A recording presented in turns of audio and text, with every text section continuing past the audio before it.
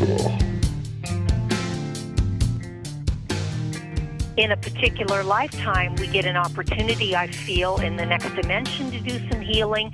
And if we decide not to do it for whatever reason, we bring it back when we come back into the body. Okay, guys, welcome back to the Grimerica show. We're going to be talking to Brenda Michaels about cancer and healing from said cancer a little bit later. But first, as always, C. Seti Graham. How's it going, buddy? Hey, pretty good. Yeah, I just got back, actually. I just got back right now from an event. Yes, it's the middle of the night in the igloo. Yeah. Literally. Literally. Actually, there's a wedding bumping across the street. You want to go crash? No. The wedding crashing days are over. Yeah. So how was the UFO looking? Seeking? It was good, man. Summoning? Conjuring? First of all, I met with a great group, little team of a great group? people interested in CSETI, and we went through like a little introductory thing. In the end, I think there was 10 of us. 10? Yeah. So what percentage is that? Of what? Of a million. I don't know. What I think you could get more people out. I don't think 10's enough. I know. I was thinking that myself as well, but it's just one of those things. Like, who knows what kind of marketing was done? You don't want a big group, right? Like, it's really about a coherent. Like, you're supposed to do like a real coherent group, right? So we did a little intro thing, and we talked about Dr. Stephen Greer and the protocols and. So this is in effect like a chapter of the. Kinda, yeah. Yeah. Okay. Yeah. So a great bunch of people, though. Really, like I met this guy. He was like working with. He was working with one of the astronauts, and he talked about how one of the astronauts. I can't remember his name now. Edgar Mitchell. No, it was a different one. Buzz Aldrin. No. Anyway, Neil Armstrong. Stop naming astronauts. Anyways, he was talking about how he said that humanity would have destroyed itself if it wasn't for ET intervention. Nuclear wise, so it's interesting. Nuclear, but this guy was talking about GE built crystals like from scratch in a lab, and they programmed them for the space, space rockets and stuff like that, and the space stations. It's really interesting stuff. He programmed with them like with a silica, laser, sort of like molecular aligned crystals, and this guy was programming with lasers. Fucking fascinating people I met. So, yeah, it was. I wonder how much information you could fit in a little crystal. Lots. They'd said it, but I can't remember. Like, so much for cubic millimeter. Yeah, I don't know. It was pretty. They had actually one of those big crystals with a couple nodes in the end. A bunch of terabytes. Yeah, like massive amounts. We should get one for the igloo. I wonder how much we could. I wonder if we could just start filling up the salt crystal. Had a little synchronicity there. I bought I bought a rose quartz today for somebody. A circular sphere rose quartz, and then when Deborah, the leader of the CSETI team, brought out a crystal, she brought out a rose quartz. So that was the second time today I handled a rose quartz sphere. I dub it not jingle worthy. I know. And not rateable. It was a pretty cool experience, though. So how was Deborah? Was she charismatic? Yeah, she was good. Yeah, she was just in Edmonton and Prince George 2 days ago. Had a couple sightings there. So we gathered up on Nose Hill Park in a circle, and we did our protocols and meditation. And yeah, definitely saw some interesting stuff. That's the one that Buddy donated. I think we've had this conversation before. No, we have. What do you mean? I just got back. Buddy donated Nose Hill Park, right? And the deal was no one could ever build anything on it. Right. Yeah. So it's a perfect park if it's not so windy. It was really windy and cold up there, actually. So we only stayed for about an hour and a half. But we saw some people saw some dedicated cult. Some interesting, lights flying around the sky in weird patterns. And I saw some. Shut up! You're already laughing at me. No, seriously, I saw what they call flash bulbs, like some bright white flashes in the sky that weren't definitely not planes. Definitely. And there was some scene over there, and then I saw, the night vision binoculars. And, you did? Well, no, I used them. You should have fucking I use them. ran off with them. Listen to you. We could have had. I gave my Grimerica card out to everybody. We talked about the podcast. Like that Grimerica guy just ran off with the night vision goggles. They just call you. Yeah. Oh, hello. Oh, you wanted these back? So yeah, it was good. And I met somebody up there that has their own group. So I'll probably do this again. Probably try and get some more maybe listeners involved if they want. What do you think a good set of night vision goggles? Oh, they're a few thousand. We looked at this before. It's like 3,000 or 4,000, but you can't get them over the border. Before? Yeah, a long time ago. You can't get them over the border though. Before, yes, we did. We could have got them through the portal. Was it back in the portal days? So they're illegal in Canada? Yeah, well, you can't bring the ones from the States up across the border. They're considered military? Yeah. So anyways, I've been gifted with a great couple weeks of events and meeting lots of really interesting people that you can chat with. So this group of people tonight, same thing. Like 19,000. Well, that's probably really expensive. They're really, you can get them for 3,000 or 4,000, I'm sure. What about this one here? Is only $150. Night owl. I don't know. Look at them all. $870. Look at those ones. It's like, look in that movie.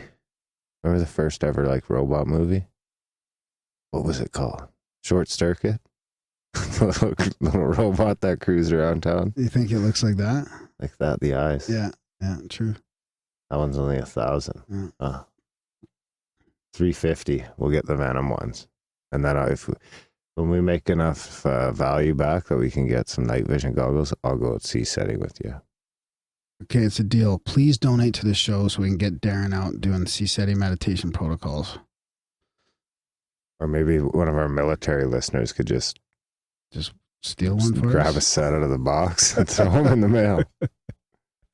P.O. Box 16033, 815 17th Ave. You got it memorized? Yeah, it's not hard. Attaboy. So anyways, I've been gifted with, like, again, tonight, this group of people, like great group of people, open-minded, very intelligent, and you could talk to them about anything. And I feel like I've just been at all these events lately where I'm just meeting all these great people that you can just have really cool conversations with. There you go. Yeah, I feel very fortunate, buddy. I would guess at most UFO conjuring events that people are fairly open-minded. It's just my gut. Yeah, but other ones as well, like the sexuality workshops I was at and the Nassim Haramein and the Modern Knowledge event, same thing.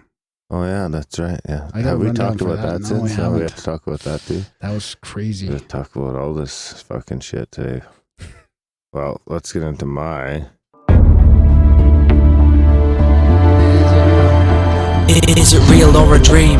What does that even mean? I had my first lucid dream. Your first? Yeah. Really? The first I can really remember anyway. The first in recent history. Any trip reports first too? No, not yet. Not yet? Soon. So maybe next weekend. So what made you become lucid in your dream?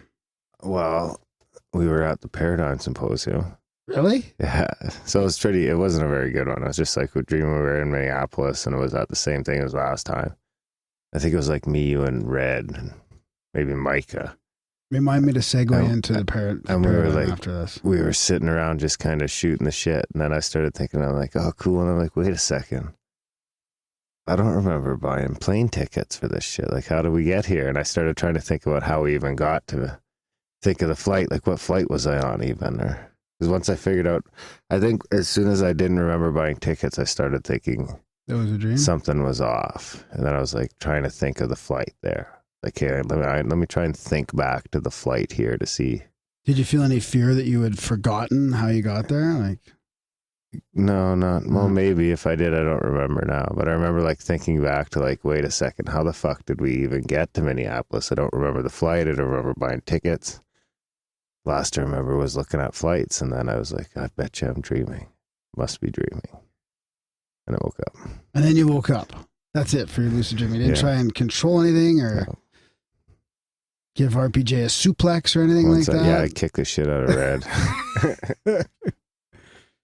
Oh, that was it. Wow. Well, that's the start, buddy. That's the start. Now your dream sign is Paradigm. That's pretty bad. So whenever you're at Paradigm, you know you're dreaming. There you go. So speaking of Paradigm Symposium, we should probably segue into if you are thinking about going, you can call a number. I'll put it in the show notes. It's Scotty Roberts' number. And get You're not going to say the number? Should I say the number? I would. I don't have it handy. I can get it. He's a pro, folks. 20% off tickets for a weekend pass, which is a pretty good deal. I think they're $280, and you get 25% off that. It's really going to be a great show. I mean, it's going to be like 3 days of fascinating conversations and lectures from researchers, and we've talked about it a lot on here, but you've got Randall Carlson and Lon Milo Duquette and Richard Dolan. There's a whole bunch. Nick Redfern will be there as always, and Micah Hanks and John Ward, Scotty Roberts, all these guys. Yeah, so you can call Scotty. 651 615, bud. No, you got it wrong, man. I'm reading your fucking show notes from last week, so I hope I don't have it wrong. Really? You've got 1-615-468-8115. It's wrong. He's a pro, folks. It's 651-468-8115. So I'll be sure to fix that in the show notes. Anyways, mention the Grimerica show, and there's a bunch of other podcasters that are going as well. That was Nashville, so you've been calling up some random person in Nashville. Shit, that's well, hopefully asking nobody for tried calling. Paradigm tickets. We should call her right now. Yeah, we. If it wasn't 1 a.m. then. So yeah. Anyways, you want me to give you a rundown of Nassim, or do you want to hear some listener feedback and stuff? I want to hear. Uh-oh.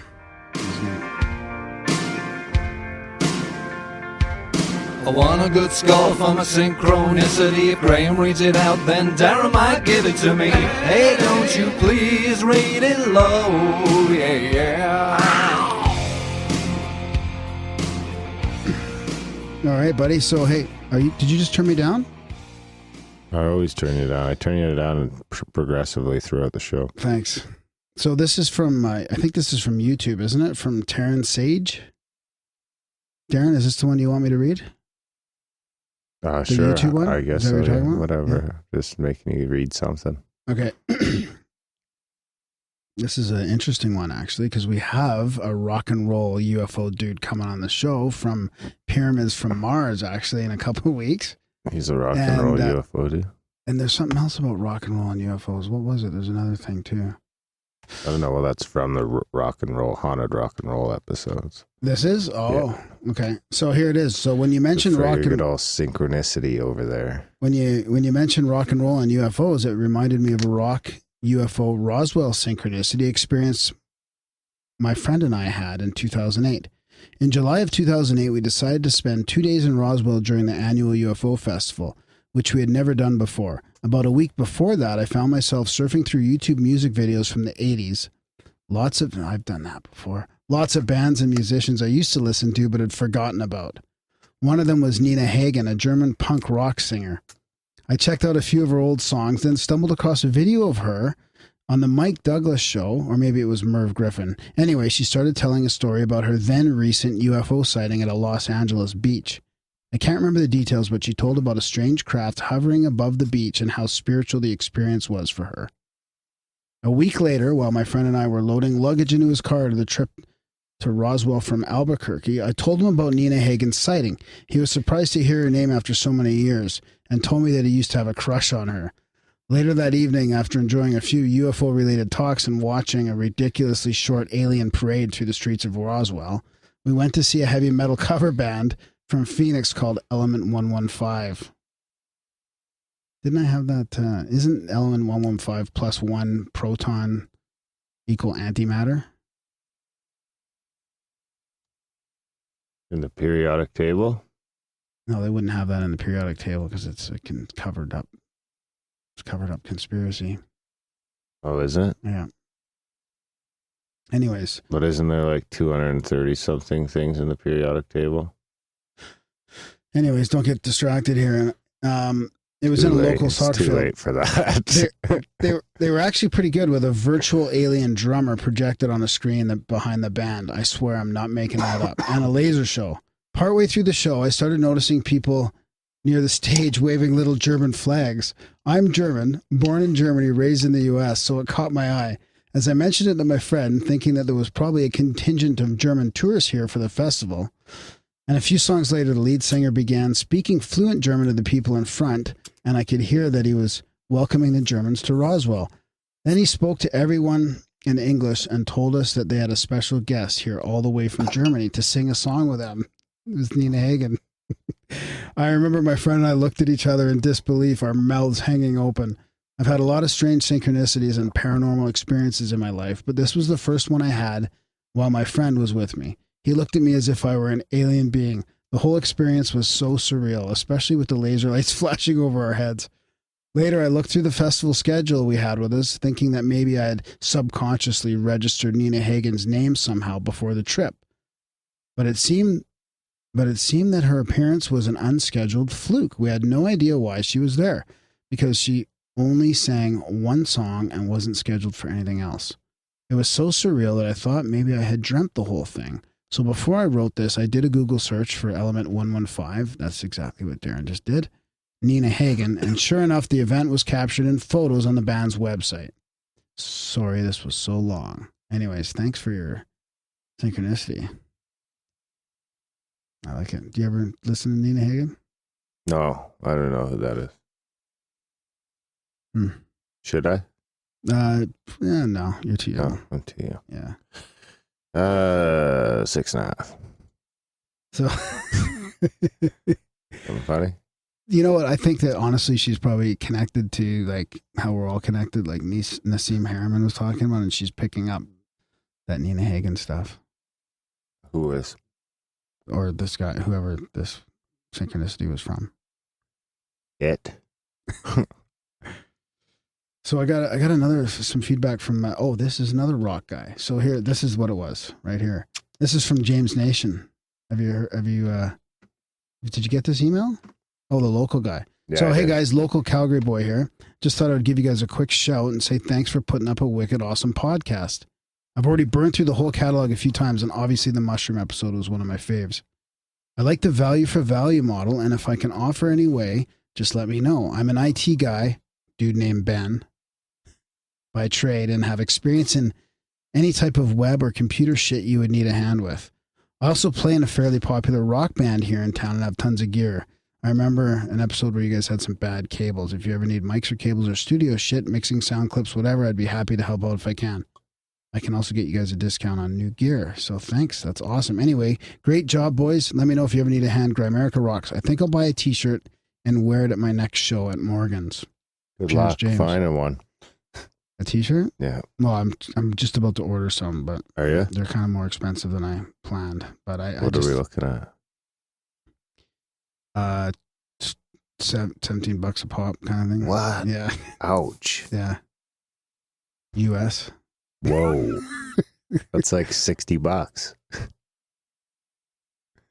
So anyway, I don't know. Anyways, I'm gonna get him. I'm gonna get him obviously a shirt so he can wear it, and I'll go check out his band. So lots of. Yeah, I used to go to Morgan's all the time. Yeah, somebody else came out from Winnipeg, a listener of ours. Like, was it Matt? Maybe it was Matt Sleestack. Was it Sleestack? I don't know. Wasn't it Take Back the Farm? No, he came out too, but this other guy was playing in a band. It might have even been at Morgan's. Or no, at another place, I think. Jameson's maybe, or somewhere close. Anyways. Yeah, I'd go to Morgan's again, check out a show. Yeah, let's do that. Absolutely. Some good local advertising too. Yeah. It's funny, we get a lot of, it seems like podcasts are an artist thing. We get a lot of, like, there's a lot of musical listeners and people who are artists and all that fun stuff. Yeah. So thanks for listening, guys. Might as well jump into value for value off of that. Yeah, sure. You know, he should pop by the studio and just see if we've even got all this gear hooked up properly. Because neither of us really know what the fuck we're doing. You did a pretty good job. I think it's okay, yeah. I wouldn't mind a professional opinion, but someday. So the value for value model if we can get the Podfather here, that'd be Yeah. Well, hopefully that'll be a rundown on the fucking thing would be good. But yeah, value for value. That is our model that helps us stay ad, sponsor, affiliate, and bullshit free. You guys don't have to listen to us spout about fucking Squarespace or anything else. Oh, should I not have said that? Yeah, you just don't even bother saying it. Okay.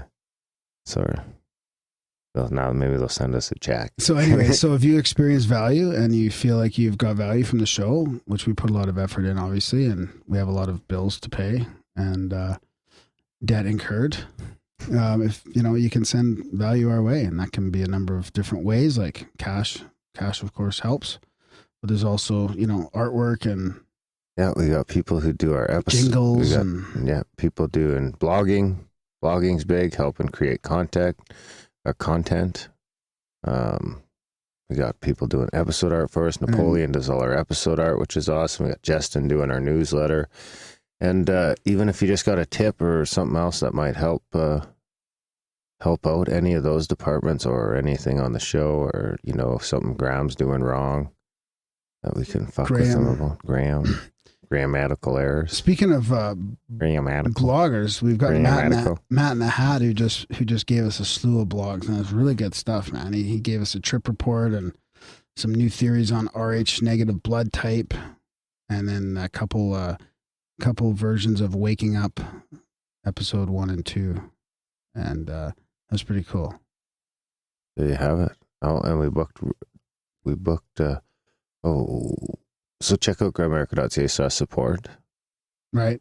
To check out how you can help out there. Support, yeah. And of course, if you can't afford it, if you can't afford a couple bucks a month, then there's always telling friends. Yeah, reviewing the show. Yeah, reviewing the show and telling friends are the next two that help out. And then you can always leave voicemails and send emails and send your trip reports and your lucid dreams and UFO experiences, spiritual awakenings, like all that kind of stuff. We like to involve the listeners, so you can send it to Graham at Grimerica.com, Graham at Grimerica.com. Yeah, we should actually make September Tell a Friend About the Show month. Again, every month. It's been it's been a while since we've officially done it, so let's try and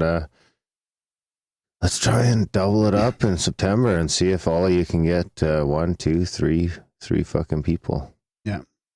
That's your mission for September. That's kind of really our only marketing, right? Is just like Twitter and like YouTube and putting it out there for people. If none of your friends are into it, maybe you can, go on Reddit, go on Facebook, go on Twitter, wherever the fuck you're at, and spread the gospel. And because that's the only way other people are going to find out. And I think that about wraps up that segment. Oh, we did want to mention we are in the process of looking at plane tickets. Oh, yeah, right. For Paradigm Symposium. So if any of you motherfuckers out there are like... have too many miles or whatever, is that what you're saying? Oh, I hadn't even thought about air miles. I don't think air miles are donatable. No, probably not. I was thinking, or if we have any listeners in the airline industry that might get discounts or buddy passes or something. Oh, that type of thing, yeah. That would be from Calgary to Minneapolis on Wednesday, the with ideally 31st of it. Yeah, either that or first thing in the morning on the 1st. September 31st, and then we want to try to be there Wednesday night. September 31st doesn't exist. September 30th. It'd be nice to actually leave Wednesday, stay the night in Denver. Wednesday, no, and then off to Minneapolis in the morning. Or even just give a 4-hour layover. That's enough time. That's all I need. To get arrested? Why would I get arrested? Trying to get back to the airport? No, I'll just fucking eat a chocolate bar in the fucking security line. Anyways. Yeah, that would be, and then come back Sunday night, right? Yeah. If we can find a flight Sunday night, it might end up being Monday morning. It might be cheaper to just stay the night and come back Monday morning. But we'll see what happens.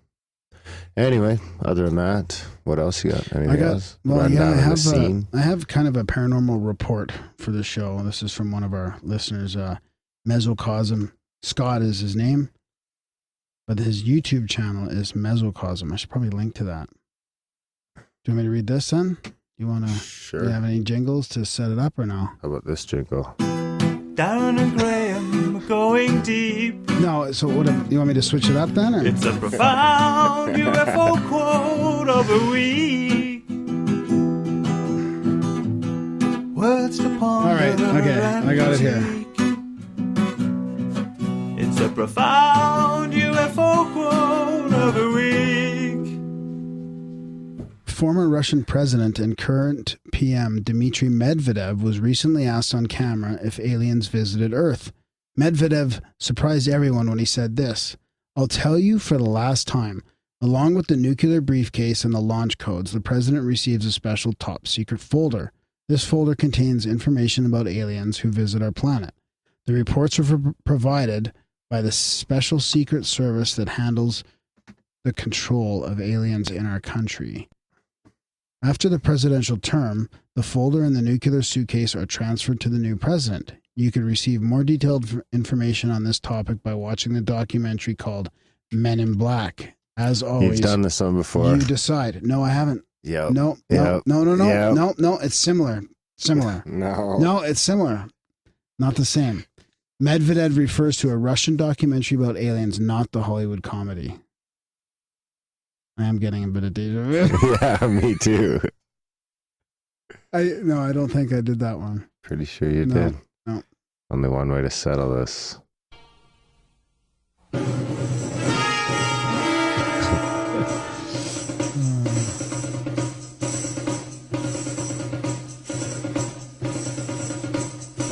What else you got? Well, I got what I was getting into before you fucking rudely interrupted me. It's Mesocosm's YouTube channel. I would go so far as to say rudely. All I did is play a song. Okay, dear Darren and Graham. Actually, Graham and Darren. He knows what order things happen around here. What did he say? Dear Graham and Darren. So when I was 21 years old, I had my first conscious OBE. I haven't had many. I do entertain the speculation that this is just a trick of the mind or a collective archetype or something else entirely. But when I fully consider all of the arguments, I'm still left with this primary experience. Sleep paralysis is when your body is still asleep and you can't wake up. I've had it periodically, trying to wake my body up, usually tossing my head back and forth. It usually happens when sleeping in odd places or times, like outside or during the day, or when sick, under stress, etc. Paralysis isn't fun, and there's some kind of uncomfortable vibration in your head, like ringing after an explosion. I came across some fiction which talked about astral projection. I thought to myself, I must remember to try it the next time I have sleep paralysis. So one day I did remember, and when I floated upwards out of my body in a smooth hydraulic motion, I was unprepared for the reality of it. I moved up and out, like gliding through the ether. It was slow and measured. Clear thinking wasn't accessible, but I still felt my core identity. I tried to see the room, but it was a different room. I had the power to go further on, but I returned. A couple seconds was enough. So back to my body, awake and scared. My paradigm was definitely not prepared for this. If I could have dismissed it as a dream, I would have. The soul, reincarnation, judgment, ghosts, it was too much and I wasn't ready. It took me weeks to settle down, and every time I tried to talk about it, I fell into a panic attack. The conclusion that finally satisfied me and changed my paradigm was that there is in fact such a thing as spiritual development, and I was not ready to experiment with this. This was 20 years ago, and I've stopped having sleep paralysis for a long time now, but the following trip report is related. I've only shared this with one friend about 3 years ago, and he did not take it seriously.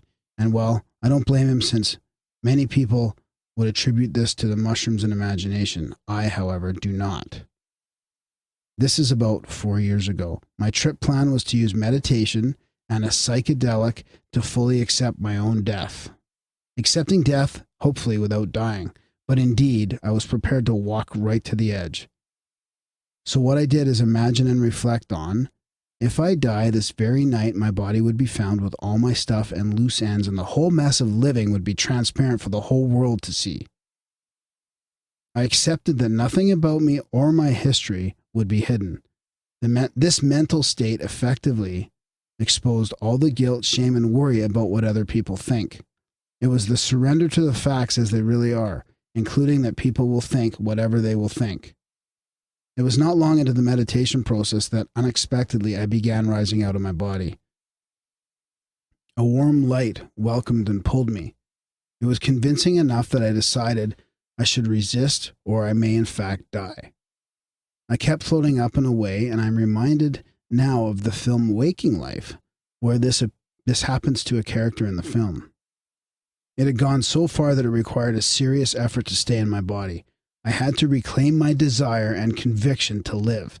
I couldn't trust myself to sleep. I went jogging and did push-ups and tried focusing on living again. I don't claim to know what would have happened if I went all the way, but it was real enough. Despite being up all night, I went to work in a nervous state. I didn't have to work, but I wanted to get my routines back in place and for things to settle down inside me, because for about 48 hours, I remained highly nervous that I could have left my body at any moment. Since then and to this day, I believe that should I need to, I might be able to recreate this experience even without the psychedelic. I won't really know for sure until I go through it, of course, but it is comforting in a strange way to know that should there ever be an intolerable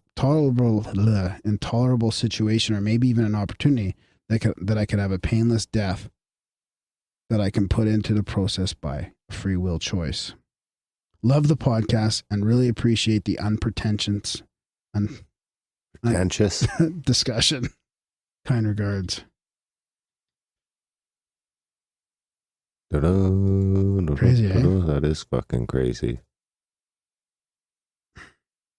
All right, I want to hear. Would you do that? What? Psychedelic death? Yeah. Like, would you try and kill myself with psychedelics? No, not kill yourself. Just fully accept your death and like go to the brink and back, or is that a little too deep for you? Well, I've done it before. That's true. Eh? Not intentionally, but for about 6 hours, you thought you were gonna die. Yeah, you gotta sum that up one day. I wish we were recording that. I think out of all the digital recording, I don't think we recorded that story that night. It's elusive. That night in the igloo. But you had everybody fucking entranced, though. That's for sure. They were just like, "Holy fuck!" Oh, that's one for the book.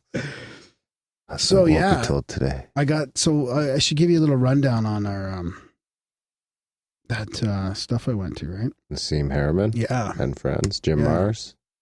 No, Marty Leeds. Marty Leeds. Marty Leeds. And he talked about, he talked about reaching the conclusion that there is God or a higher power after his analysis into the gematria of the English language, basically using a mathematical cipher in the language, and and also got into like numerology and hermetic masonry, and it's pretty crazy stuff. Very good speaker, very fascinating. And then Patty Greer came on talking about crop circles, and we've had her on the show before. She had some new information. There's a new Balls of Light creating crop circle video, and yeah, I met her. I bought you a movie to watch, Orbs and Light Beings. Making crop circles? Yeah, it's pretty good. You've seen it already? They communicated with each other before they make it. 2 balls of light through it's actually shown on the video. It's hippies with glow sticks. So yeah, I think there's enough information out there to. No, I'm serious. It's not all man-made. I'll watch your video. It's not all man-made. Okay. It's all man-made. And then they actually Skyped with Michael Sarian. That was pretty interesting. He's been. I think it was Greg Carlwood told me we should have him on as well. So then to Nassim Haramein, who's just doing all kinds of really crazy stuff. He's got his what's his little organization there? Resonance. I'll link to it in the show notes, but he's got crazy shit going on, like some free energy stuff, and he's working on all kinds of stuff. But the main thing, his presentation was the connected universe, right? Really showing how we are really technically all together, all connected. He's talking about like the vacuum density of a proton is the mass of the universe, like stuff like that. You know what? I might have been fucking talking to someone on Facebook a long time ago about booking him. Yeah, we tried. We've been trying. He's really hard to get a hold of. I've emailed him a number of times, but he's talking about the flower of life correlation being tiled from Planck mass of a proton. Like he's been actually measuring, doing this quantum physics measurements, and he's just, he was a really good speaker. He was very funny as well, and he has the measurements and the actual science behind a lot of this stuff. Like he's the one. Out of all the stuff we talk about there and all the, there's some of it's kind of fluffy and some of it's kind of, scientific, but this is like, to me, the closest thing as far as like, proving scientifically that we're all connected, with quantum physics and all that, right? Yeah. Yeah. Yeah. Like really, really, really deep, heavy stuff. Like you should see my show notes here, or my notes, or, Planck temperature and the holographic principle tiling square Planck, all kinds of stuff.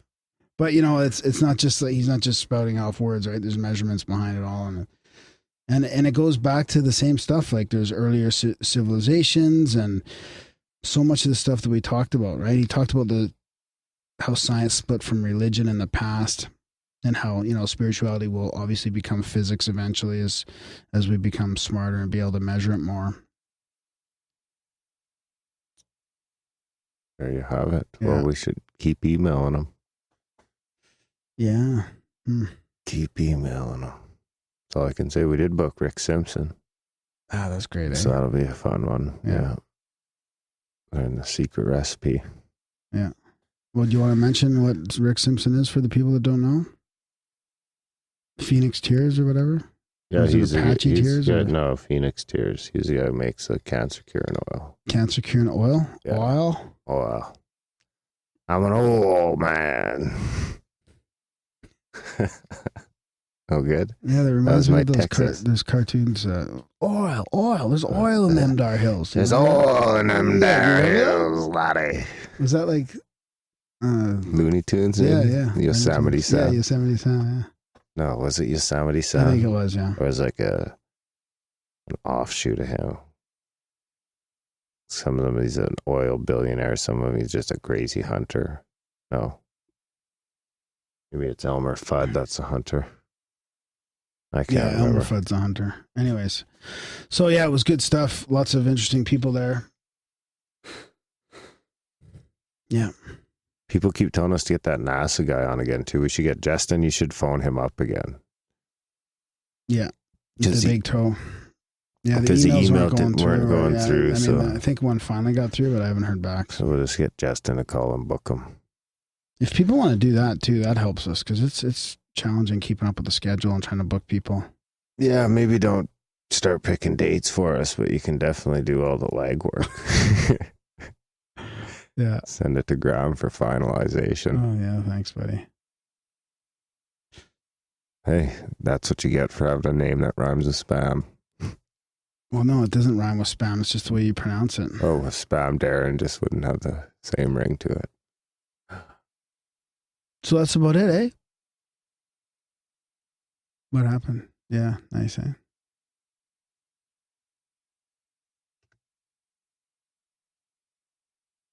Whew. Screensaver. Is that about it? Yep. Nothing else? Why are you shaking your leg so much? Are you horny? I'm tired. Not horny. That's what my dog does. Anyway. So yeah, enjoy the chat with Brenda Michaels. Yeah. It was a good one. Yeah, really, it was quite emotional, actually. My girlfriend had a good cry listening to it. It was pretty heavy. Yeah. All about the love. I bring you love. We don't know who's next because we don't have any more fucking interviews recorded, so I can't remember the last time we've been in this. Well, we got one coming up though. On Tuesday. Yeah. So as long as nothing goes wrong there, we will have an episode next week. Actually, if we don't, we'll just blab. No, we'll have we got lots of people we can have on at the last minute. Perfect. Now we'll save the day. Yeah. All right, guys, enjoy the chat with Brenda. and we'll pick you up in the outro.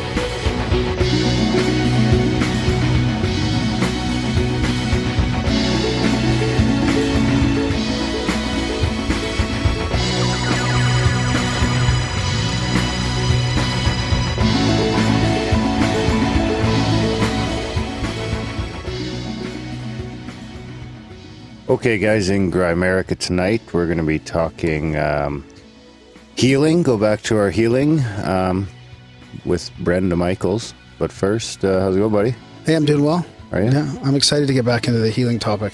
I know. Yeah, you know. Yeah, thanks, Brenda, for being patient here. We had to reschedule, I think, once at least, but I'm sure she's used to it because, as she was just telling us, she's been doing this for 14 years. She's hosted her own show called Conscious Talk Radio. And she sent us this book here, too. It's called The Gift of Cancer. And it's a miraculous journey to healing. And she's also part of this intentional shift. We'll get her to talk about that. It's a website with a couple friends / colleagues of hers, probably helping people through heart-based healing and stuff like that. So we'll get you to tell us more about that. I won't ramble on by myself here. Brenda, welcome to the show.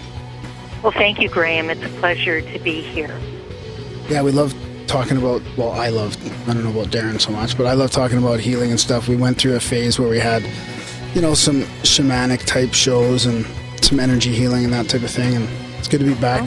Good to be back here. And of course, there's lots to talk about with you. So what's going on with the intentional shift these days? Is that and Conscious Talk Radio linked together?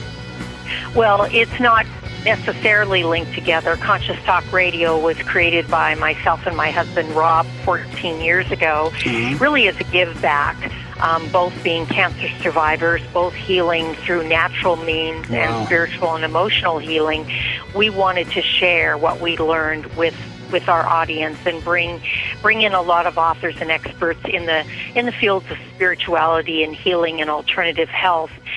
When I wrote my book, and it took me about 12 years to really write the book, and it really wasn't available and possible until I met with Marsha Mercant, who is my co-author. She is really the one that helped me to finally find my voice and get it on paper and available to be published, and I owe her a great deal for that. And with her and another lady named Marla Williams that I met, who is on a deeply spiritual path and is a life coach, and Rob and I do a lot of coaching as well.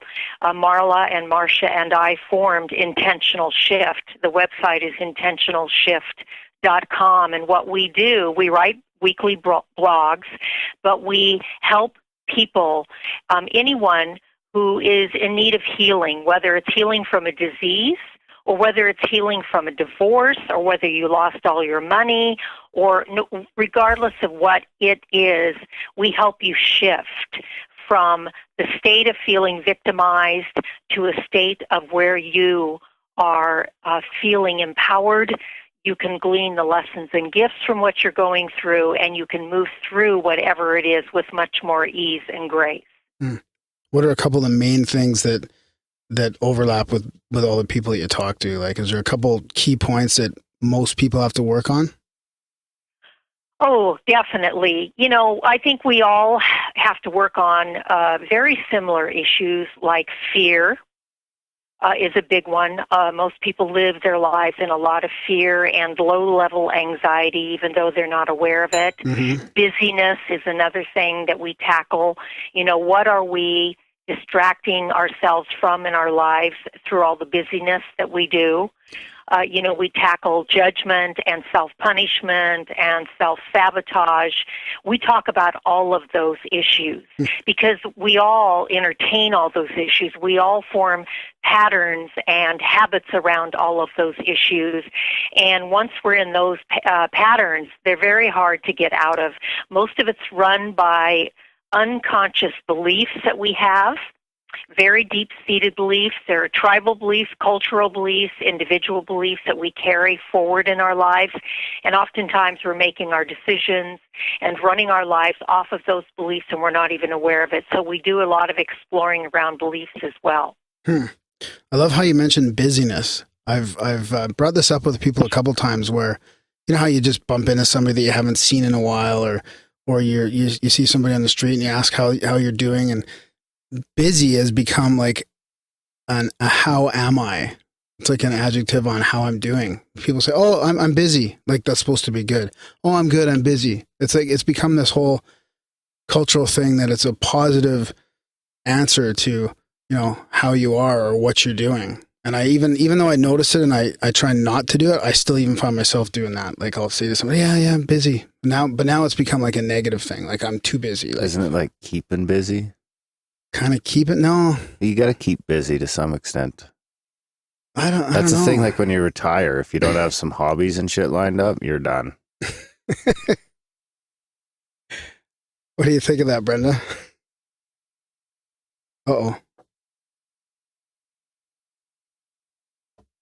Looks like we might have lost Brenda, and I'm in charge of Skype here. What's going on? You hung up? No, she's still there. Did I hit a mute button or something? I don't know what you've done. Is it this thing? No, because then we can't hear ourselves either. Yeah, anyways, we can't hear you right now, Brenda.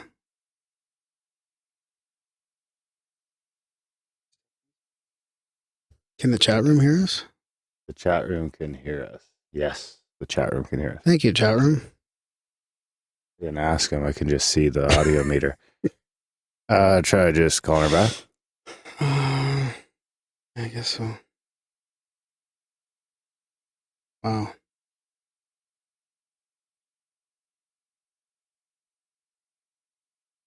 Can you still hear us, chat room? I wonder if she muted something. Oh, there it goes. Did it drop itself? Yeah. That's a connection problem. You or her? Must not be you because we're on the same network. And the chat room can hear us, but not Brenda. The whole time? No, just now. I'm assuming. Hello? Hi. Can you hear me now? We can, yeah. Loud and clear. Wow, I was listening to everything that was being said, and I was saying my piece, and you were saying we can't hear her, and yet I was yelling in the phone, I'm here.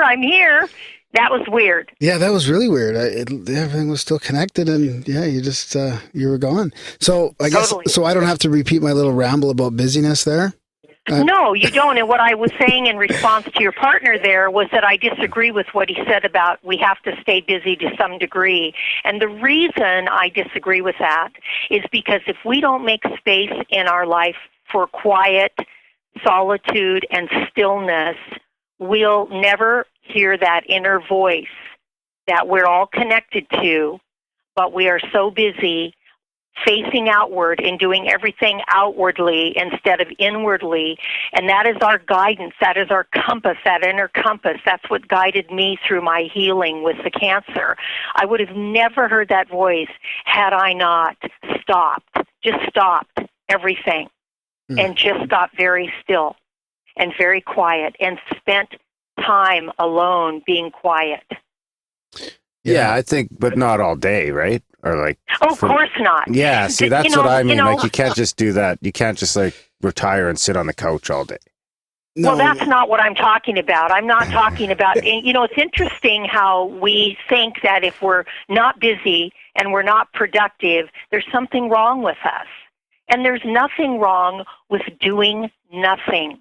Not for days and weeks, but doing nothing once in a while, but just maybe sitting out in nature under a tree, maybe taking a walk on the beach without a cell phone, just noticing, just being present to what is. That is who we really are on the inside. We need to nurture that part of us and then balance it with the outside of us, with our outside activities. The trouble is we are not in balance. We are totally out of balance, and we're suffering physically, emotionally, and spiritually as a result, and we've become a very destructive society as a result. We're separated from the heart, living in nothing but the head, thinking all the time, and busy, doing without being connected. And that's really such an important part of healing. Yeah, I could see that. What do you think it's getting worse or better right now? Like, do you think that we've passed the peak of most people just doing what you said, like sticking around in your head and being busy, or is the intentional shift actually already happening? I think there's a real groundswell that is not does not get talked about. It is certainly not brought forward in mainstream media. There are millions of people waking up. We get books every day of people that are doing this work, and they're sitting in healing circles, and they're being affected and affecting everyone that they touch. And so there's definitely a groundswell. It's I think in comparison to the billions of people on the planet, it's very, very small still, but it is growing steadily. And I believe as we see things around us fall apart, as we see our climate change in the ways that it is changing, and we're starting to have droughts and water problems and fiercer storms, and there's much more of those calamities coming down, and many more structures that are not working the way they used to, and they're beginning to shift and change and have to fall down, a lot of them, to rebuild. You're going to see more and more people finally saying, wait a minute, something is out of balance here in our lives. We're completely out of balance. And in order to heal ourselves and the planet, we have to stop and reconsider where we're going, what we're doing, why we're doing what we're doing, how we're doing what we're doing, and what is really sacred in our lives. Is making money sacred work? It can be, but not the way we're doing it today. Mm-hmm. Yeah. So would you say that technology has helped the shift happen, or is it becoming a hindrance? I think technology is great. You know, it isn't the things that we create that are, you know, driving this. It's us. You know, it's like people say, you know, this gun shot someone. This gun killed someone. The gun didn't kill someone. The gun was the instrument used, but it was the person that pulled the trigger. You know, it isn't a car crash. It isn't a car that crashes. The car crashes, and it is the instrument that crashes, but it is the person that is running the instrument. So we're at the core of all of it. That's why our consciousness, what consciousness we take to our daily lives and to the planet and to the community as a whole and to our global community as a whole, is so very, very important. Yeah, I agree. And the technology has really helped us get to, you know, talk about these things in the open, and without having to worry about advertisements or mainstream, you know, influence or whatever. We can just get it out there to whoever wants to listen. So nowadays you can learn about whatever you want, really, which is great. Mm-hmm. Mm-hmm. But I really think that this shift is really, if you boil it down, it's really the shift from head thinking into heart thinking. In other words, we're centered more in our hearts. We are more compassionate. We're more caring. We're more loving. We're more joy-filled. We're more peaceful when we center ourselves in the heart. And when we're centered in the heart, and even scientists have proven it now, that there are more neurons on the back of the heart than there are in the brain. Yeah. There is true wisdom in the heart, and we have to, if we want to survive, I think, as a species. I believe Earth will survive. I don't know that we will until we start moving out of our heads and moving more into our hearts and accessing the wisdom and the compassion from that place. Yeah, we had the heart math guys on a while ago, and I mean, it is fascinating how you can actually measure that now. You know, you can measure the coherency of your heart and how it changes depending on your state of mind. Absolutely. Yeah. And our healing depends on really how heart-centered we are. Because when we can love ourselves and consider that this is a sacred place. Earth is a sacred being. We're sacred beings. Our lives are very sacred. When we hold that consciousness, we operate in a completely different way. And when we do that, we allow a lot of healing to happen because a lot of stress comes off of the body. I know talking about this makes a lot of sense to a lot of people, especially if they've been practicing some sort of spiritual tradition. But let's talk about for guys and stuff, even guys that are having a hard time listening to their heart. Like, can you give us some advice on practically how to do that? Because it sounds easy, but really, like, to try and get out of your head and get into your heart, like, how does that happen? It isn't easy. None of this work is easy. It's actually very simple work. But I will tell you that there has to be a desire and a willingness to do that. If you have deep enough desire and enough willingness to do that, what you need to do that comes your way. When I was going through my healing and my recovery, I didn't have any money at the time to go see a therapist or a spiritual therapist or a therapist, period. I didn't have health insurance. So I was kind of stuck out there realizing, listening to my body, understanding that the protocol that the medical model insisted upon was not right for me. And I got that by listening to my body and tuning in to the feelings that came forth when I talked about doing chemotherapy and doing all the medical things that they insist that we do. None of it felt right for me at a very deep, deep level. It's why I chose to step away from that model. I listened to that guidance, to that intuition. And, on that journey, I was willing. I had a deep desire. Now, usually it takes something pretty critical in our lives to bring us to our knees before we're really willing and desire enough of that connection to do it. Once we do, as what happened for me, once I did that, once I realized I had a deep desire to really, for the first time in my life, heal my life, not only my body, but my emotional and spiritual life, which was a complete wreck, then everything I needed began to show up in my life. I didn't have to go out and search for anything.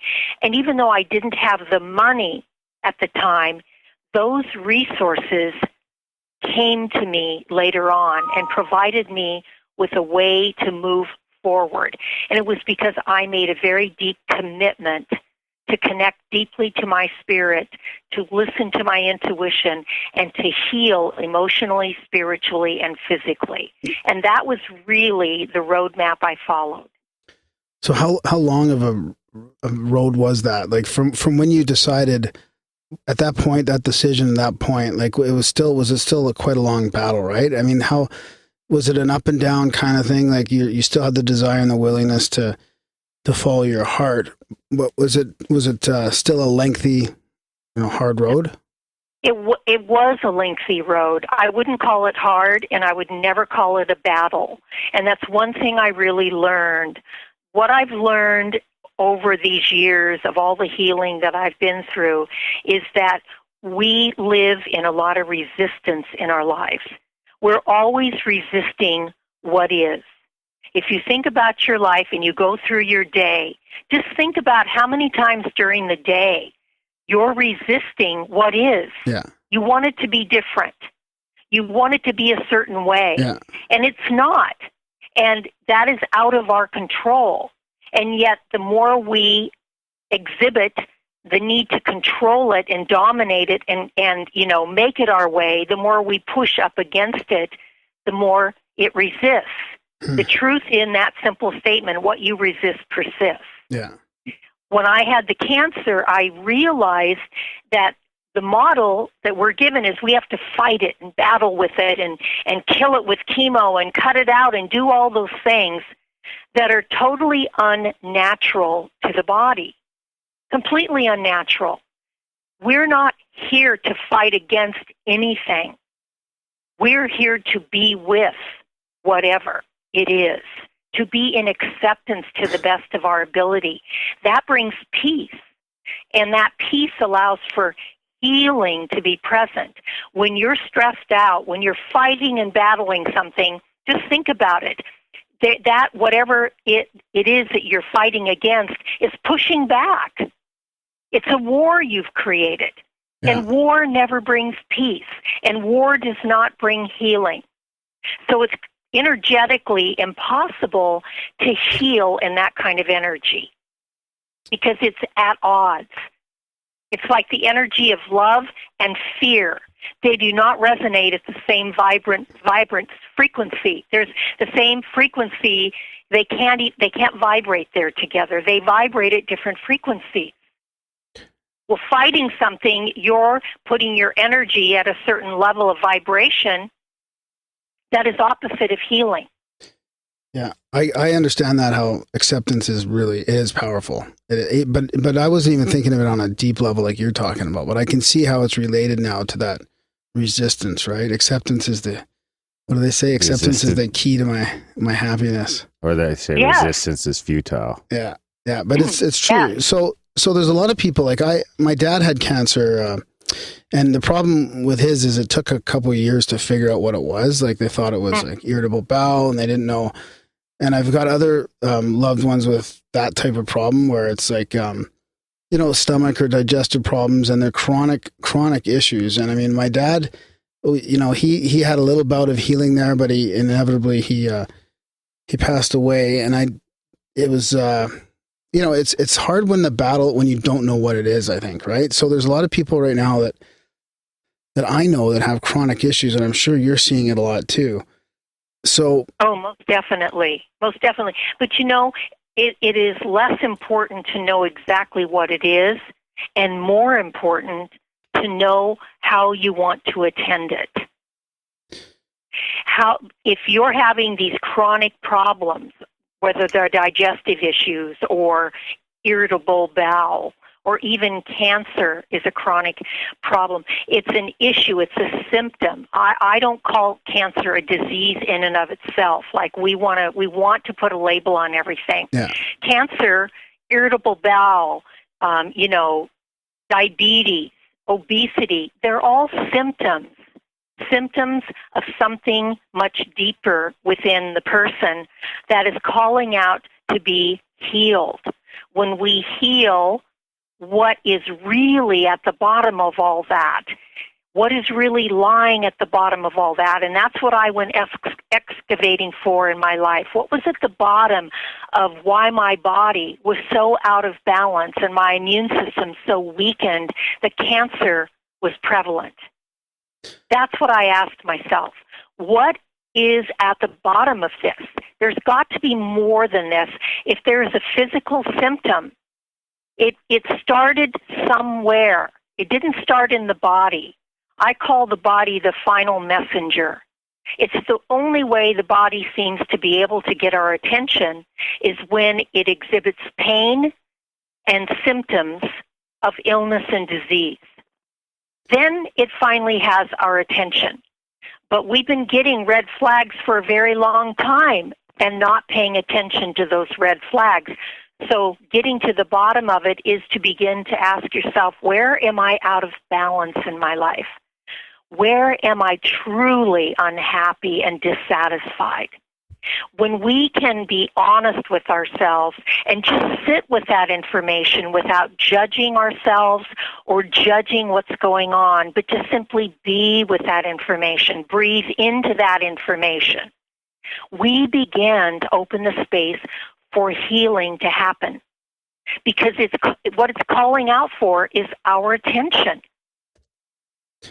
Does that make sense? Yeah, totally. But people that seem willing and they seem they desire healing. They don't want to be in that chronic state yet.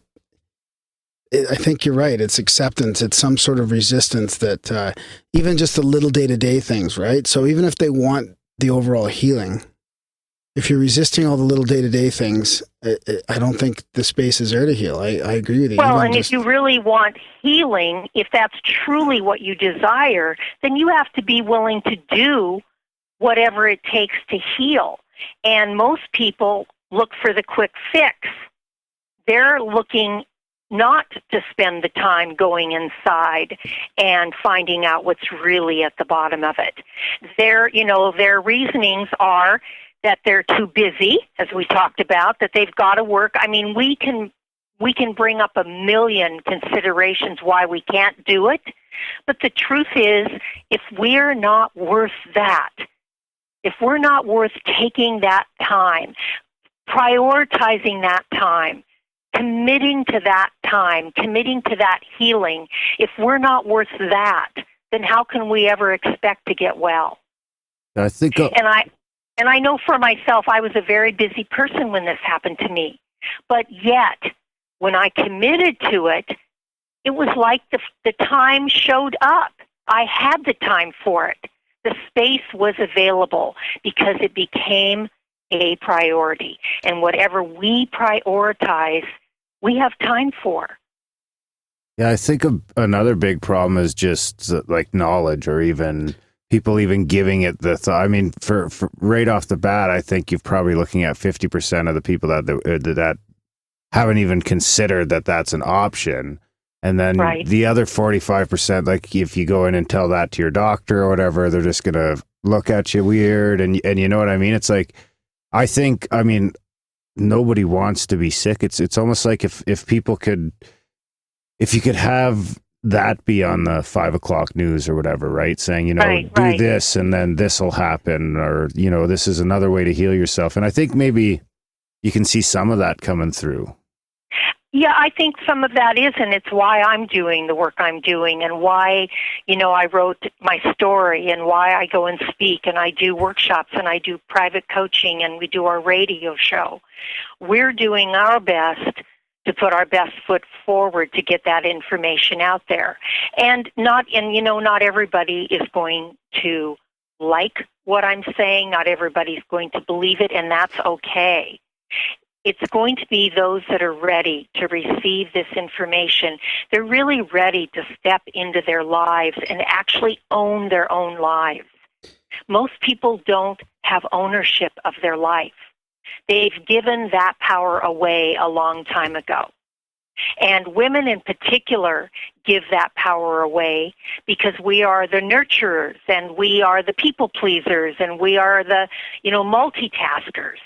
We do all of that, and in the process, we leave ourselves behind. And breast cancer is very prevalent on the planet, and to me, it makes perfect sense because the breasts are all around nurturing. We breastfeed our babies. That is nurturing and loving and giving them the milk of life, but we're not giving that nurturing to ourselves. And so that lack of nurturing shows up as an energy block in that area. And when that energy is not present, those areas, when they don't have proper energy and attention, they weaken. And I'm not surprised that we have a lot of breast cancer. There is a lack of nurturing going on the planet for ourselves and each other. And when we can come back into a loving presence, a compassionate presence, a forgiving presence, and start nurturing ourselves and get ourselves healthy and whole, and then take that nurturing out, it'll change people's lives. And not everyone will survive no matter what they do, because the truth is their path, which we don't know what our path is exactly. I didn't know if I was going to survive. I just knew that if I was going to live another day, I wanted to live differently than I'd been living because I was so miserable. That I knew. But I didn't know if I was going to survive. My path could have been, I could have healed emotionally and spiritually and still dropped my body and moved on. So, it isn't about if I'm going to live or die. The point I'm trying to get across to people is we look at this and we say, oh my God, this is life and death. It is life and death, but it's also the quality of your life. If you're living here miserable and in pain every day, emotionally and spiritually and physically, that in itself is a kind of a death. Yeah. And people are walking around dead inside.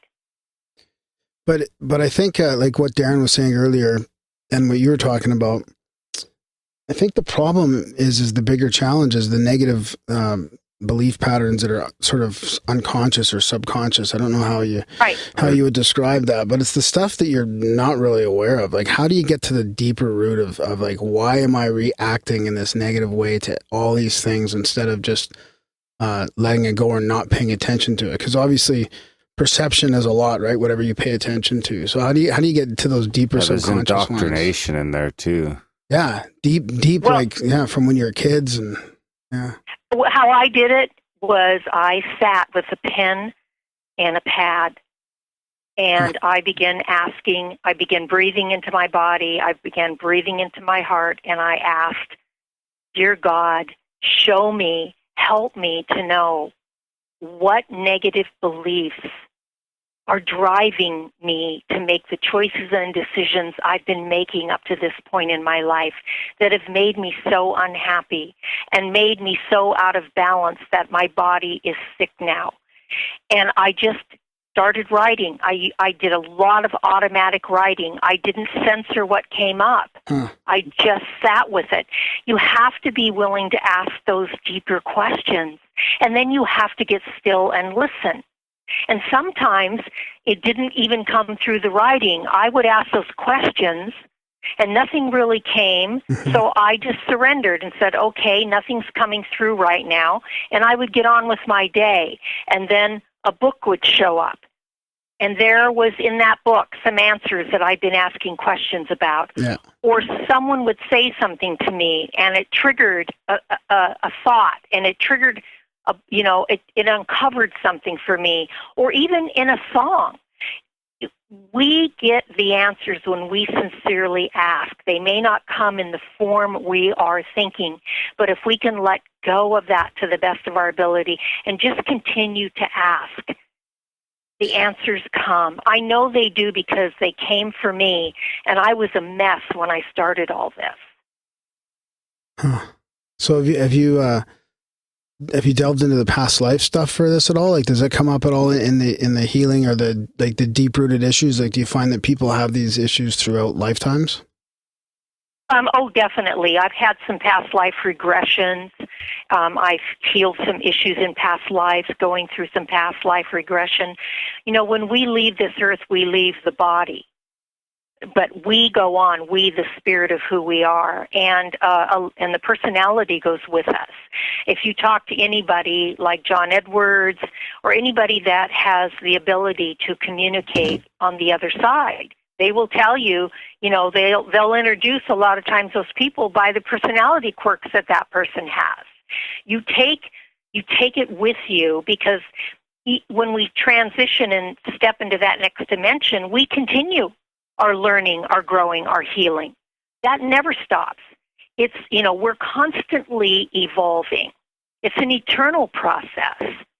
So what we don't heal in a particular lifetime, we get an opportunity, I feel, in the next dimension to do some healing.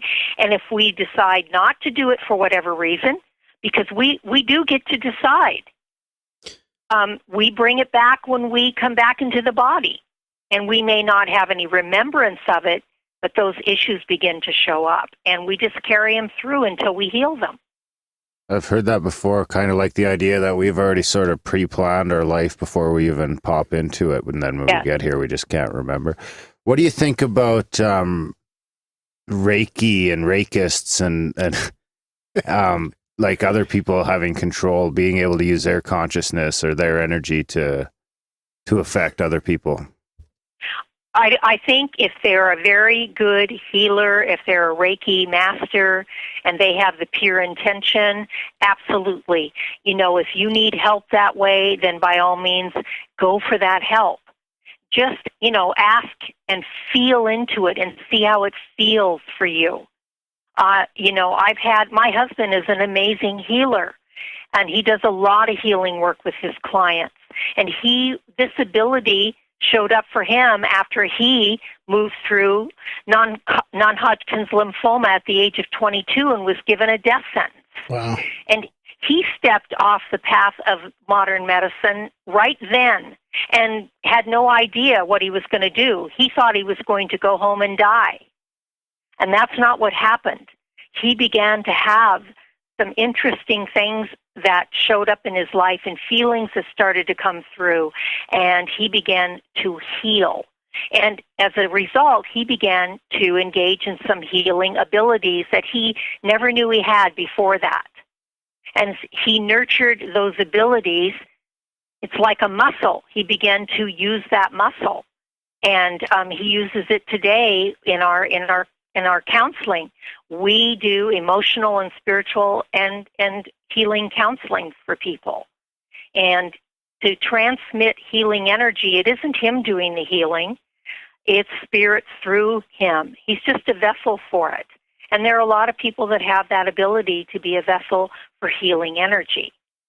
There's when we're talking about intentional shifts or talking about the shift itself, I was thinking about here in Calgary, the Reiki community. I took some Reiki classes a couple of years ago, and there's always a lot of classes going on, like really literally like hundreds and hundreds of people learning it. So there must be, some sort of change happening when there's that many people continuing to learn this. Well, I believe we all have the ability to heal and be healed. That is innate in us. We are, after all, a spark of God consciousness that is present within us. It is really what we choose to do in our lives. It is really, our choice. Our power, really, our true power is in our ability to sense in, connect, and choose. That's where our real power lies.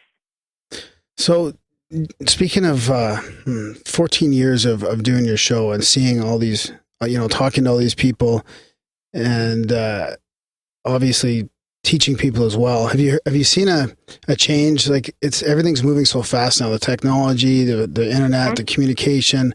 Have you seen a bit of a change in the last 14 years? Like a change in the way people are, or the frequency of their illness, or the type of illnesses? That type of thing? I've seen a tremendous change. Just the fact that we're having this conversation, it's part of the reason I sat on my book for so long, was because I didn't feel like people were ready to hear a lot of what I had experienced and was willing and wanting to communicate. And we get this with a lot of our authors and experts that we talk to. They notice changes all the time. People are waking up. Consciousness is shifting. Now, there is a prevailing consciousness out there in the media, which has a strong hold, and multinational corporations.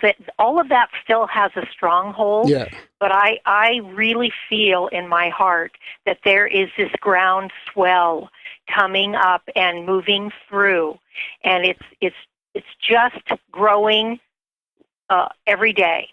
And we're moving up in consciousness. Everything is evolving, whether people are aware of it or not. The planet is evolving. We're all evolving.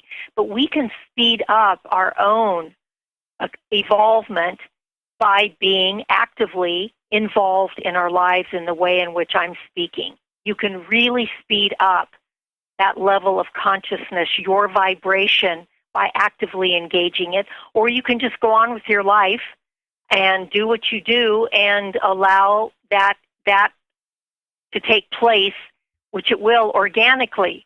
But I don't know that we have time on the planet to sit around and wait anymore because we've created so much destruction.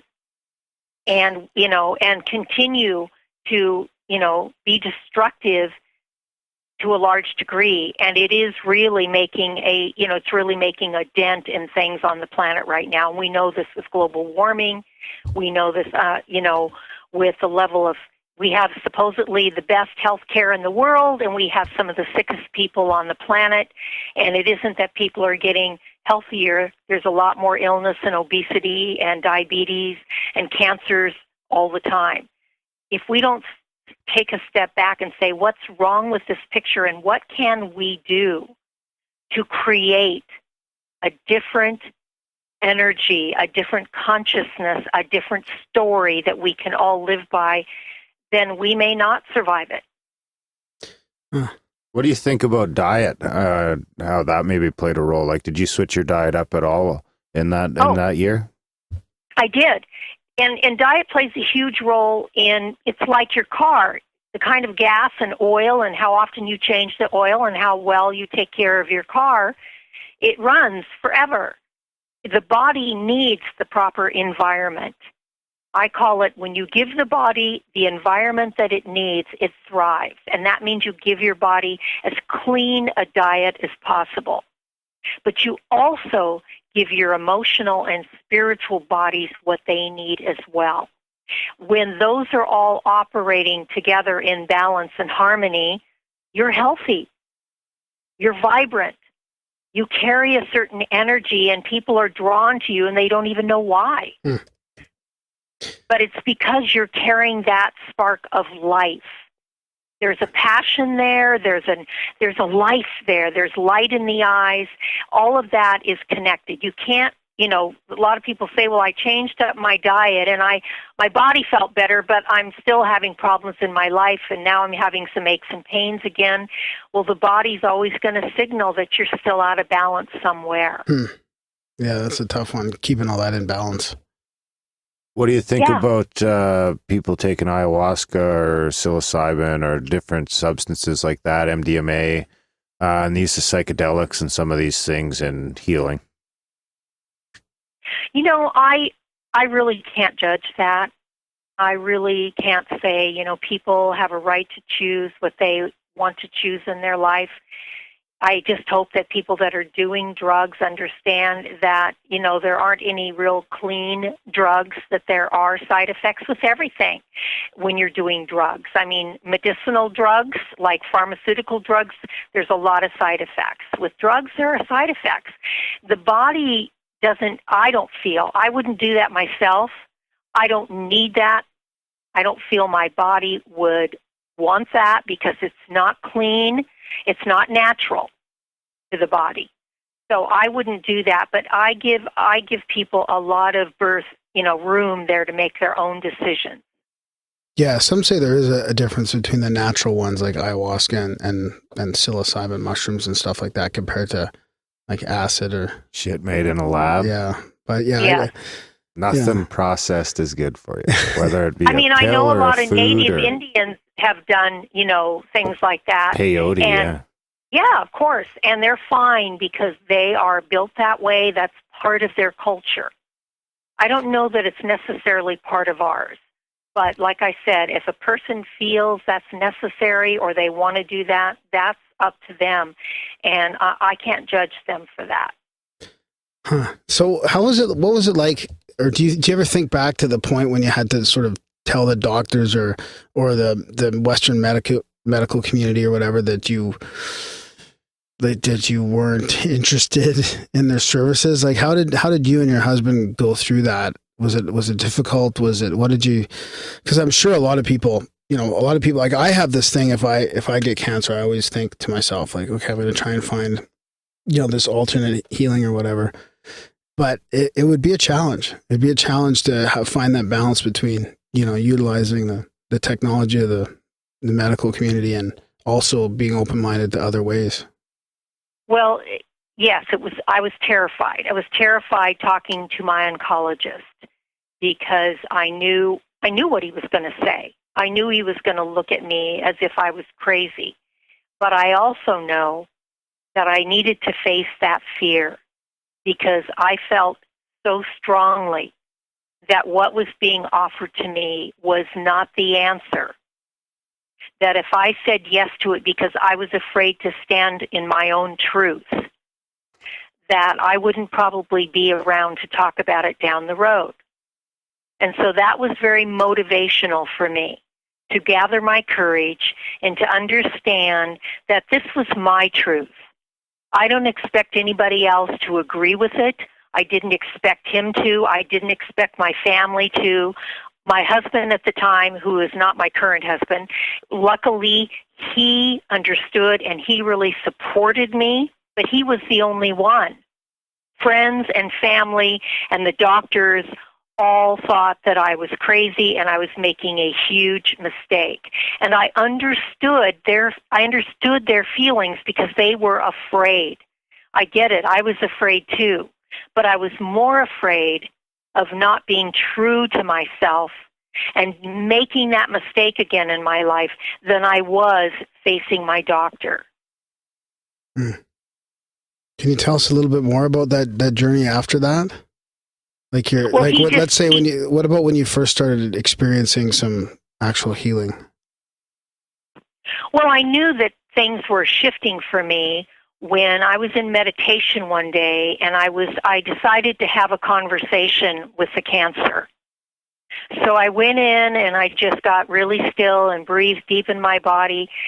And after a little while, I felt deeply connected and I said, I want to talk to the cancer.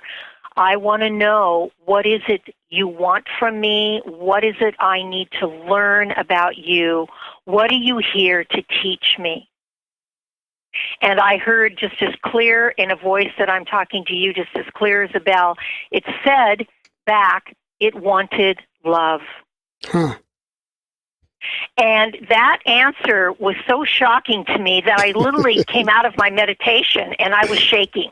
Yeah. I was really shaking and I was afraid. I thought, oh my God, love, if I love this cancer, it's going to just explode, because you think of when you love something, it grows like that. Yeah. And that was my first thought and I was terrified. And it took me about 3 weeks and talking to my husband about it and him suggesting that maybe that wasn't the truth, that my mind was making that up, and to go back in and explore that took me about 3 weeks before I even meditated again. And I finally got up my courage to go in and meditate and ask the cancer what it meant when it said it wanted love. And I spoke to it just like I'm talking to you. I said, I'm afraid if I love you, you're going to grow and take me over and you're going to kill me. And I heard again, crystal clear, love doesn't cause anything to grow. Love heals and transforms everything it touches. Wow. And that was a turning point for me. That was when I stopped fighting and struggling with the cancer and started sending as much love to myself in as many ways as I could think of, and started nurturing myself in as many ways as I could think of. And really started that deeper exploration around my unconscious beliefs and my conscious beliefs and the negative patterns that were running my life.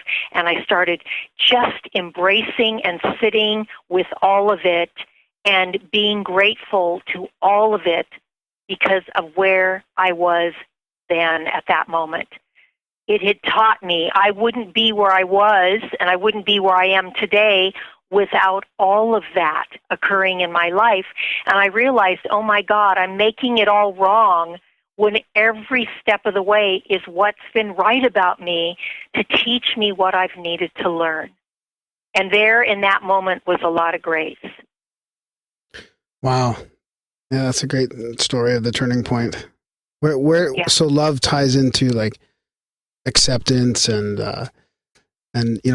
sort of what else would you say? Like what are some, forgiveness, forgiveness of the self, compassion, forgiveness of all others, forgiveness of all the guilt and shame that you're carrying. None of it is necessary.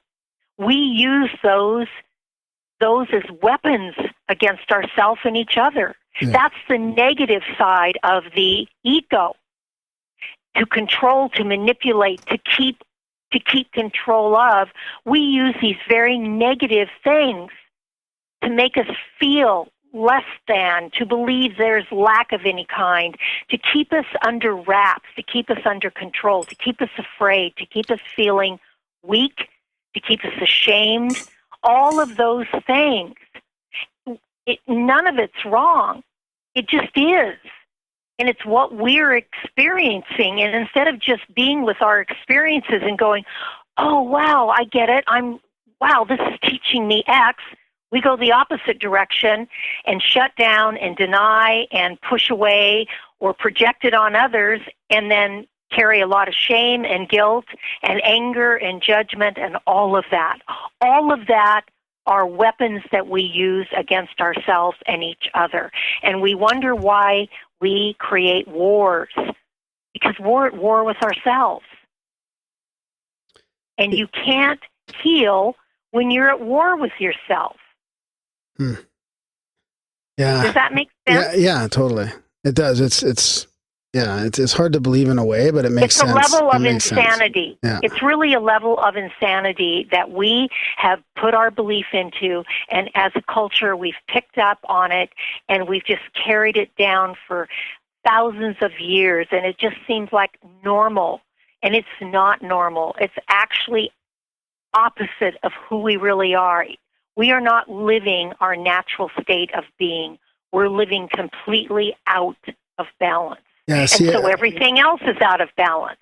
I get all conspiratorial when you start talking about that, because I start thinking about how it's not us. It's the institutions and the state and the world elite or whatever that have basically been, But it really is us. It starts with us, and we go into agreement with it. Remember, just because you're not actively participating in something, if you're not standing in your truth about it in a loving way, not to make wrong, not to make someone feel guilty or ashamed, but just simply being in your truth with it, and then taking action based on your truth, then you're complicit. And if you're complicit, then you are participating. You're giving energy to what you say you don't want. Yeah. And attention. Yeah. Yes. That's why they killed John Lennon. All you need is love. I mean, really, it is about us individually and collectively. And, if we're not willing to stand for what we feel is our truth, and it doesn't have to be anybody else's, but to stand in the face of all that with our heart open, then it's transformational. And it allows for other people to transform as well in response to you. So if someone's at home listening right now and they're and they've got, say cancer or something else ailing them, what's the first thing they should do, or the first, what can they do start right after this show? Gosh, I hate to give people advice as to what they should do. The only way I can answer that is for them to just get quiet. Just be quiet. Try their best to shut their mind off and just be still and place their consciousness in their heart and just be there for just a moment. Just give that love to themselves. Just let it all go. Just be willing to drop it, even if it's for just a second. Just let it go. Stop fighting and struggling. Just stop for just a moment. And the more they give that to themselves, the more that becomes a new pattern for them. Yeah. Just that stopping and giving themselves love and just dropping all their judgments of themselves and all their guilt and all their shame. Just put it in a closet and close the door just for a moment. That's literally rewiring the programming, right? Yes. Yeah. That's really what we're doing, is we're rewiring. We're rewiring. And stop the fear of, letting the fear control and the fear dominate. Take the fear, thank it for its message. You got it. You got it. Thank you for what you are trying to tell me. I get it. And put it in the closet with all the other things for just a moment and close the door. And just be in their heart. Call in God, Spirit, whatever it is, to come be with you, to show you the way, to open the path, to show you your next step. And then just wait for what comes your way. And if you would just practice that one thing every day, things would begin to change and shift.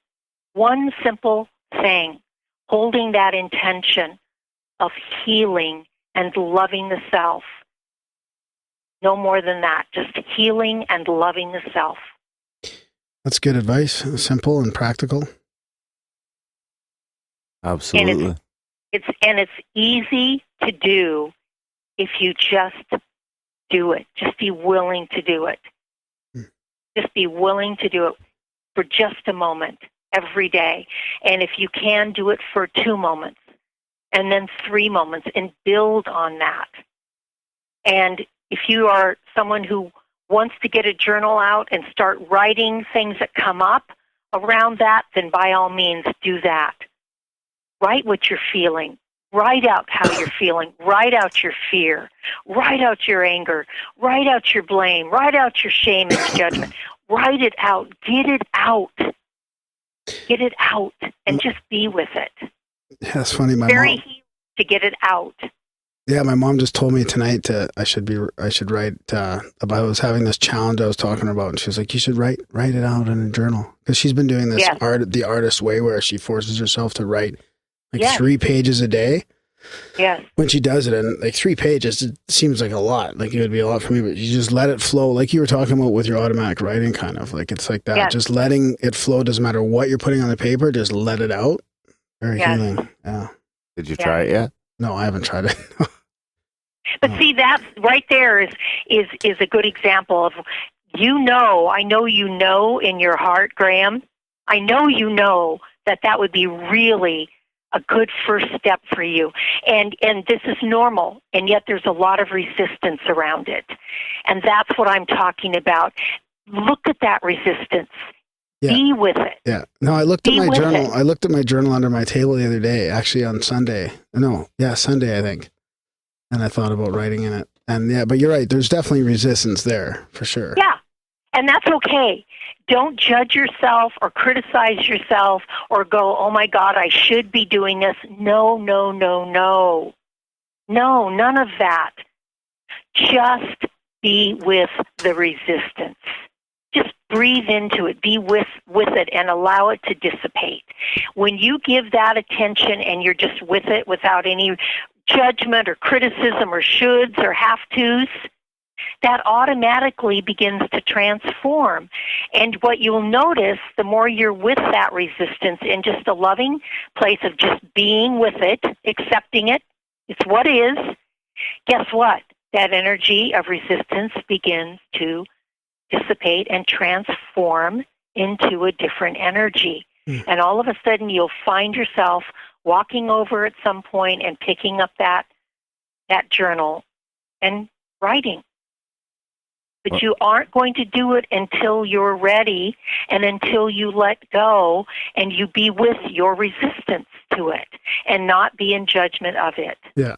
Yeah, no, that makes sense. What about just doodling? Does that count?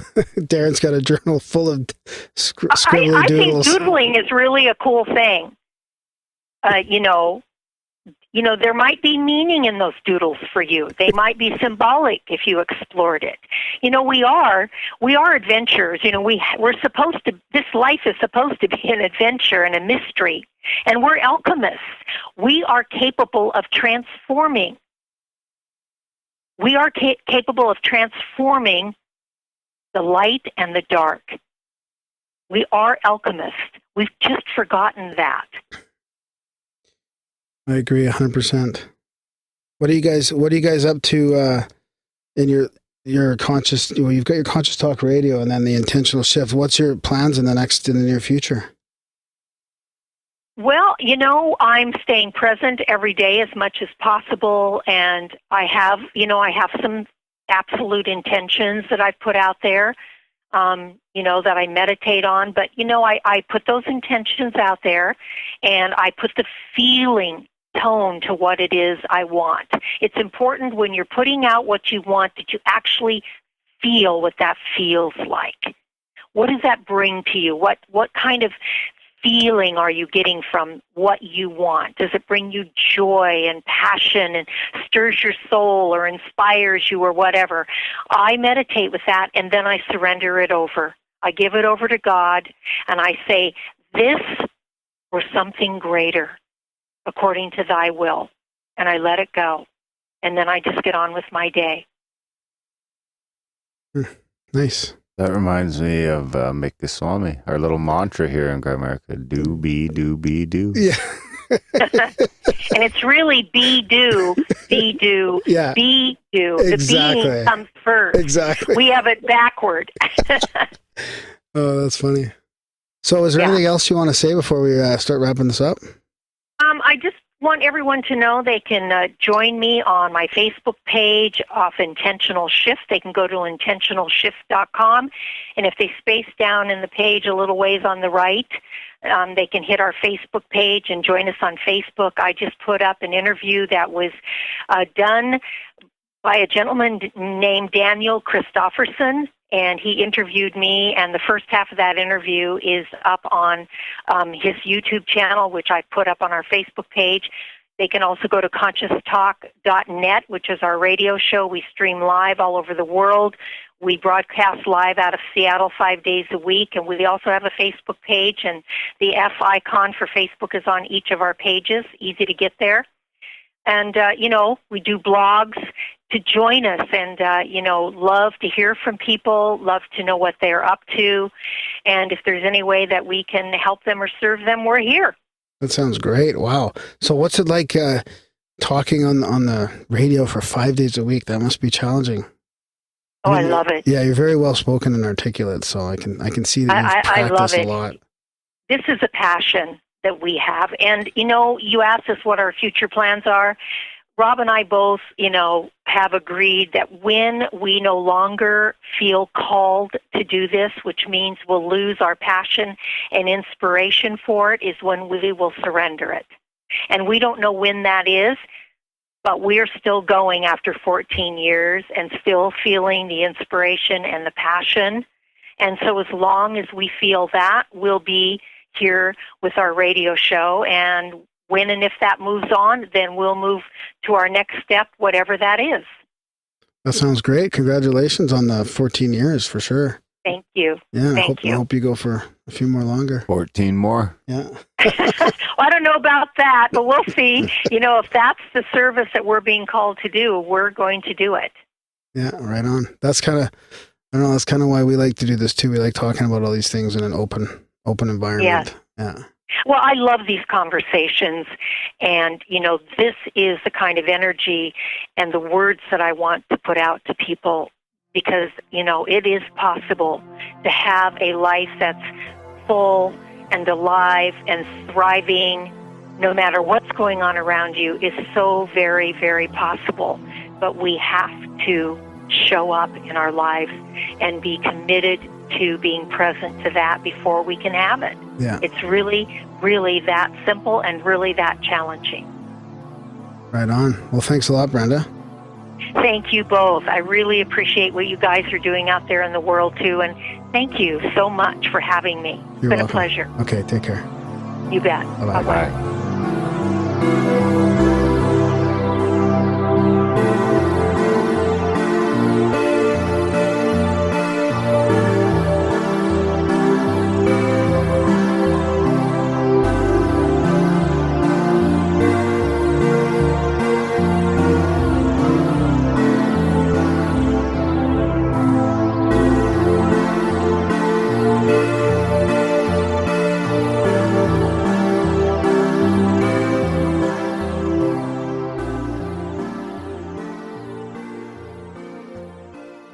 And we're back. That was our chat with Brenda Michaels.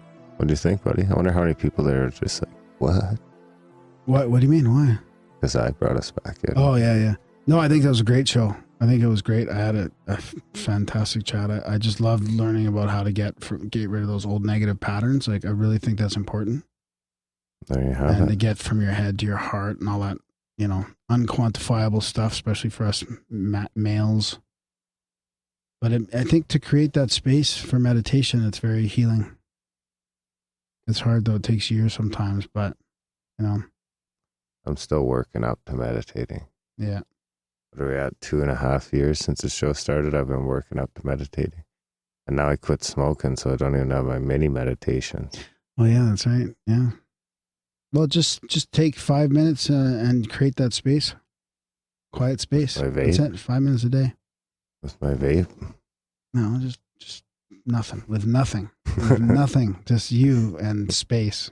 And do what? Nothing. That's the whole point. Just be quiet. Just stillness. Close my eyes? Sure. Yeah. If that'll help. Nap? No. Should I pretend like I'm trying to nap? No. Just be mindful. Of nothing? Yeah. Just be mindful. And when you get your thoughts, just let them go like clouds in the sky. Clouds in the sky. Breathe in. Yeah. Yeah. It's just 5 minutes a day. Out. Don't judge. Sit with it. That could be a t-shirt. Yeah. Well, that's good stuff. Well, we'll see what happens. Maybe this is the week. Anyways, I hope you guys enjoyed the chat with Brenda. Check out grimerica.ca/support and check out all the different options there to help keep us ad, sponsor, affiliate, and bullshit free. As usual, spam Graham. Let's see if we can't overfill his inbox. Graham at grimerica.com. Review the show where you can. The most popular place is iTunes. Grimerica.ca/iTunes will get you over there. And as always, tell your friends about this show. Thanks for listening. See you guys next week.